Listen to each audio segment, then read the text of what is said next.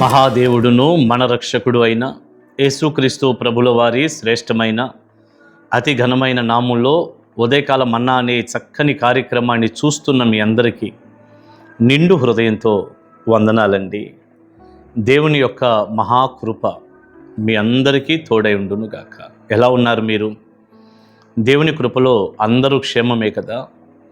సంతోషంగా ఉండండి. నమ్మదగిన దేవుడు మీ అందరికీ తోడై ఉండునుగాక. సరే, ఈ రోజున ఓ చక్కని విషయాన్ని మనం ధ్యానం చేద్దాం. ప్రియులారా, ఈరోజు మన క్రైస్తవ విశ్వాస జీవితంలో మనం భక్తి కలిగి ఉండటం చాలా అవసరం. భక్తిగా ఉండాలి దేవుని సన్నిధిలో. భక్తిహీనత, దేవుని యందు భక్తి లేకపోవటం, ఈ భక్తి ముసుగులో ఏదో భ్రష్టులుగా బ్రతకటం, చెడులో పాపంలో జీవించటం,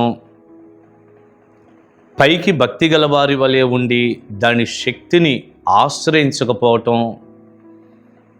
ఒక్క మాటలో చెప్పాలంటే భక్తిలో యుక్తి ఉండకూడదు. నిజమైన భక్తి ఉండాలి. భక్తిలో యుక్తి ఉండకూడదు. చాలామందిని గమనించినప్పుడు భక్తి చేస్తూ అందులో యుక్తిని వాడుతూ ఉంటారు. గత కాలంలో దేవుని చేతిలో చాలా బలంగా వాడబడిన దైవ సేవకులలో ఒకరు చార్లెస్ ఫిన్నీ అనేటటువంటి ఒక గొప్ప దైవజనుడు. ఈ ఫిన్నీ దైవజనుడు రాసిన పుస్తకాల్లో ఆత్మలో ఎదుగుట తగ్గుట అనేటటువంటి ఒక చక్కని పుస్తకం, చిన్న పుస్తకమే, ఎంత బాగుంటుందో. అందులో ఈ గొప్ప దైవజనుడు ఏమన్నారంటే, ఆత్మలో తగ్గిపోతున్నటువంటి వారి లక్షణాలను రాస్తూ, ఈ తగ్గిపోయేటటువంటి వ్యక్తులట, అంటే ఆత్మలో దిగజారిపోయి వెనకాడుతూ తగ్గిపోతున్నారే, చల్లారిపోతున్న స్థితి ఉందో చూడండి, వారి లక్షణాలు ఇవి అని రాసుకుంటా వస్తూ వారు భక్తితో పాటు యుక్తిని కూడా వాడతారట. అలా వాడుతూ భక్తికి యుక్తికి ఏమి సంబంధం అన్నాడు.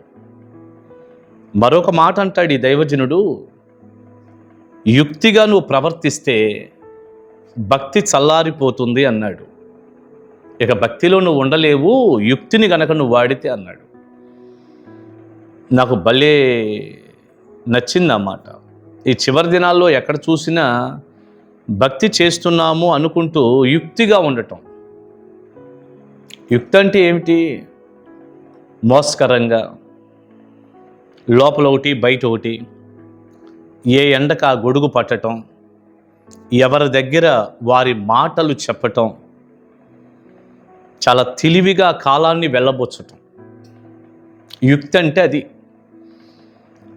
దేవుని సేవ చేసే క్రమంలో నమ్మకంగా దేవుని బిడ్డగా ఎదిగే విశ్వాసిగా ఉన్న నువ్వు క్రమంలో, సేవ చేసే క్రమంలో కానీ, విశ్వాసిగా ఎదిగే క్రమం కానీ, సేవకులు కానీ విశ్వాసులు కానీ, అరే మా మాట ఉన్నది ఉన్నట్టుగా, అవునంటే అవును, కాదంటే కాదన్నట్టు ఉండాలి. భక్తి అంటే అదే కదా. మేము అసలు అబద్ధం చెప్పకూడదు, మోసం చేయకూడదు. అక్కడ మాట ఇక్కడ, ఇక్కడ మాట అక్కడ చెబుతూ చాలా తెలివిగా మనుషుల్ని ఆకట్టుకొని లాభాన్ని సంపాదించుకోవటానికి మనుషుల దగ్గర ముఖస్తుతి చేసుకుంటూ, మనుషుల్ని పొగుడుకుంటూ, ఏ ఎండకు ఆ గొడుగు పట్టి ఎవరి దగ్గర ఆ పాట పాడి, మీకు బాగా అర్థమవుతుందని నేను అనుకుంటున్నాను. ఇలా లోకపరమైనటువంటి ఆ జ్ఞానం, ఆ యుక్తిని అస్సలు వాడకూడదు. సేవ చేసే వ్యక్తికి కానీ, దేవుని బిడ్డకు కానీ దైవిక జ్ఞానం కావాలి. ఆ దైవిక జ్ఞానం యథార్థమైన జీవితానికి దారితీస్తుంది, దోహదపడుతుంది. అంతేగాని నిజంగా దేవుడిచ్చిన జ్ఞానం యుక్తిగా ప్రవర్తించి, తెలివిగా, మోసకరంగా, ఇప్పటి వరకు నేను చెప్పానే, దేవుడికి ఇది అసహ్యం అండి. ఇది ఒక మురికి గుడ్డ లాంటిదంతే. దేవుడికి అస్సలు ఇష్టం లేదు. దేవుడు సంతోషపడేది అయితే భక్తిలో దిగజారిపోయే వారి లక్షణం ఇది అని ఫిన్నీ అనే దైవజనుడు ఎందుకు చెప్తాడు? అలాగా ఎప్పుడు ఉండకూడదు. నేను చాలామందిని గమనిస్తున్నాను, చాలా తెలివిగా ముందుకు వెళ్ళినట్టుగా చేస్తూ ఉంటారు. మేము చాలా తెలివిగా ప్రవర్తిస్తున్నాం, చాలా యుక్తిగా ప్రవర్తిస్తున్నాం, ఎక్కడ మాట అక్కడ చెబుతున్నాం, రాణిస్తున్నాం, నెగ్గుకు వస్తున్నాం అనుకుంటారు. భక్తిలో యుక్తి అనేది ఎప్పుడూ కూడా దేవుని దృష్టిలో ఒక మురికి గొడ్డ లాంటిది. అది ఒక మురికి.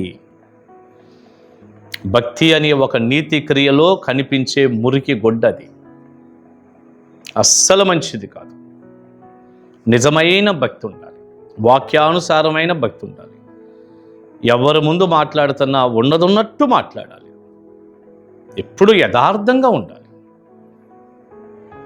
భక్తి అంటే అదే, దేవుడు చెప్పింది చెప్పినట్టుగా చేయాలి, రోషంగా ఉండాలి, దైవికమైన రోషం ఉండాలి, చక్కగా భక్తి చేసుకోవాలి. మోకాళ్ళ మీద ప్రార్థన చేసుకోవటం, బైబిల్ ధ్యానం చేసుకోవటం. ఒకవేళ మీరు అనొచ్చు, అయ్యా మేము బాగా బైబిల్ ధ్యానం చేస్తాం, బాగా ప్రార్థన చేస్తాం, మళ్ళీ కుయుక్తిగా కూడా మేము ప్రయత్నిస్తాం, యుక్తిని కూడా వాడతాం. తప్పు. అసలు అట్లాంటి దేవుని దగ్గర పనికిరాదు. ఇంతే. ఏ విషయంలోనైనా దేవుని మీద ఆధారపడాలి. మనం యుక్తిగా ప్రవర్తించి ఏదో నెగ్గుకు రావటం కాదు, అబద్ధంగా వెళ్ళటం కాదు, మోసంగా వెళ్ళటం కాదు. దేవుని మీద ఆధారపడి దేవుని చేతులకు అప్పగించుకొని చక్కగా దేవుని సహాయంతో దీవించబడాలి. పచ్చడి వేసుకొని తిన్నా పర్వాలేదు. ఇది అస్సలు మీరు మర్చిపోవద్దు. భక్తి జీవితం మనకు ఉండాలి. తిమోతి పత్రికలో అందుకే అన్నాడు, పైకి భక్తి గల వారి వలె ఉంటారు, దాని శక్తిని ఆశ్రయించని వారు. అంటే ఏంటి? పైకేమో భక్తి కలిగిన వారిగా, ఒక విశ్వాసిగా, క్రైస్తవుడిగా, పాటలు పాడే వ్యక్తిగా, వాక్యం చెప్పే వ్యక్తిగా పైకి కనపడుతున్నారు. చక్కగా మందిరానికి వచ్చి దీర్ఘ ప్రార్థనలు చేసేవారిగా కనపడుతున్నారు. శక్తి లేదు. శక్తి అంటే ఏమిటి? అరిసి కేకలు పెట్టితే శక్తి అనుకోగాకుండా అది ఉద్యమం అనుకునేరు పొరపాటున. సరే, గట్టిగా అరిసి ప్రార్థన చేయబుద్ధి అయితే చేయండి, కానీ అది ఉద్యమం కాదు, అది శక్తి కాదు. నిజమైన శక్తి అంటే యుక్తి లేకుండా బ్రతకటం.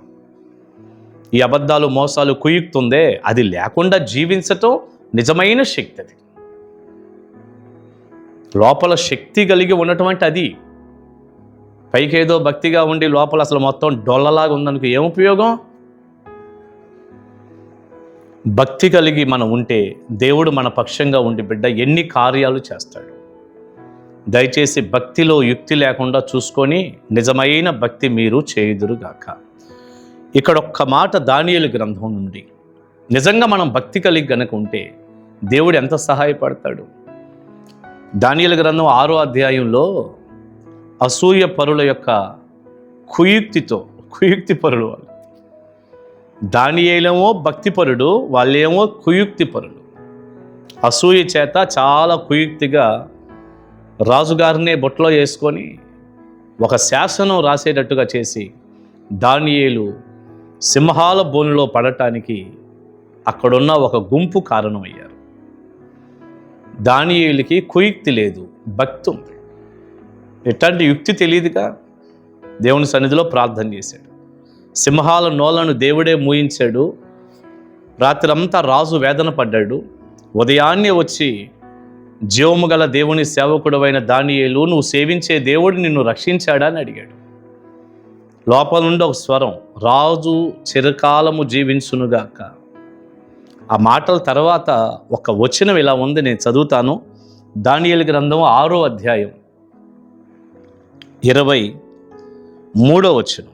21, 22లో ఈ మాటలన్నీ అయ్యాక 23వ వచనం, రాజు ఇందును గూర్చి యతి సంతోషభరితుడై దానియేలును గుహలో నుండి పైకి తీయుడని ఆజ్ఞ ఇయ్యగా బంట్రౌతులు దానియేలును బయటికి తీసిరి. అతడు తన దేవుని యందు భక్తి గలవాడైనందున.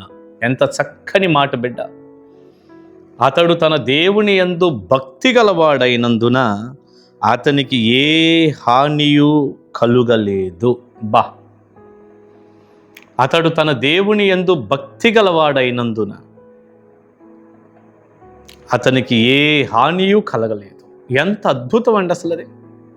ఏం భక్తి జీవితం అంటే అంత సామాన్యం కాదండి. మనం భక్తిగా ఉంటే దేవుడు ఎంత తోడుకుంటాడో, ఎన్ని కార్యాలు చేస్తాడు.